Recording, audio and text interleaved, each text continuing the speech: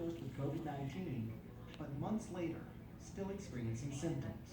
It's everything from blood clots, seizures, um, tremors. I have a lot of some issues with memory loss. 50-year-old Michael Regan had always been on the go. Rock climbing, running, scuba diving, and then just like that, everything changed. When did you first feel sick? Well, on March 22nd, which was a Sunday, I woke up in the morning. I was unable to catch my breath. I went into the bathroom and I coughed up blood. Regan ended up the same day at Lenox Hill Hospital in New York City. At the time, in the spring, it was the epicenter of the U.S. coronavirus pandemic. I remember seeing stretchers come in with lots of people gasping for breath. His symptoms, dire. My blood pressure was out of control. It was 200 over 100 and something. My heart rate got as high as almost 200 beats a minute. And I was gasping for air. Fortunately, after 5 days, Regan began breathing more easily with the help of medications. He never went on a ventilator, but he spent the next 2 months in and out of the hospital. We realize that the patients don't really fall into the black and white, where some patients are sick and then they get healthy again, and then some patients are sick and then they die. Dr. Zijin Chin is medical director of the Center for Post-COVID Care for the Mount Sinai Health System, a first of its kind in the country, focusing on recovery. For the first several months, doctors have been just trying to figure out this disease, but now the long-term effects are also proving equally mysterious.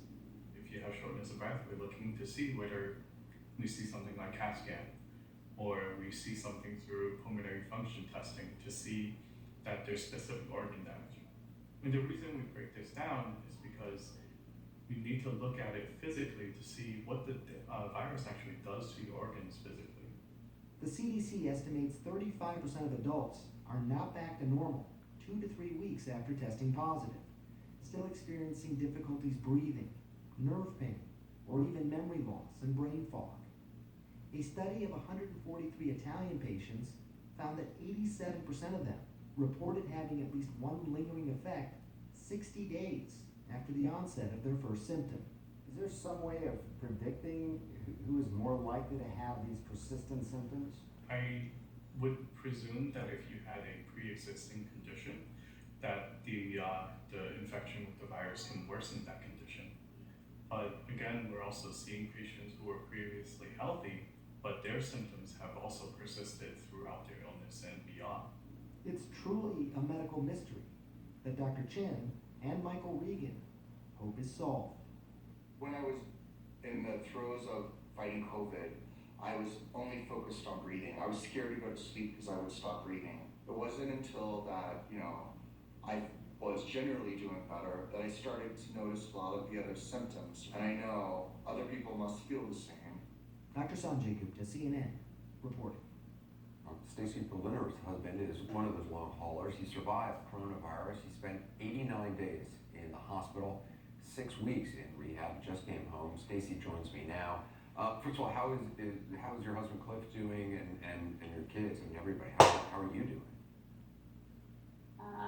Well, that question could be answered daily differently. Every day is a new challenge. It was been a long road, unknown road, but he's home and he's a miracle. He's doing great. And I say great because he's home. Mentally, he's fantastic. His body needs a lot of healing still and a lot of recovery. As you mentioned, he was 89 days in the hospital, 76 of those on a ventilator. Wow. We don't know long-term effects. He came home with lots of stuff. He has oxygen, he has a chest tube, he's got a room vac, he needs therapy, OT, PT. We don't know long-term what this looks like for us or my family. It's been a really scary time for us.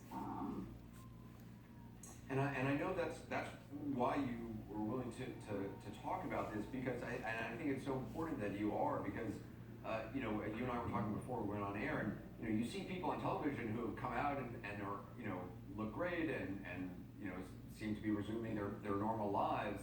And yet that is not everybody's story. And we're hearing more and more people now, like with your husband. I mean, do you know how long the road ahead is?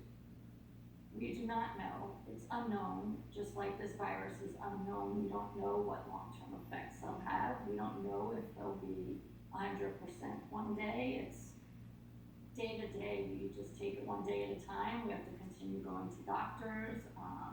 He still has, like I said, a long road ahead of him. And we're hopeful that he will return to his normal self, whatever the new normal will be, hopefully, if not 100%, 90%. And I know you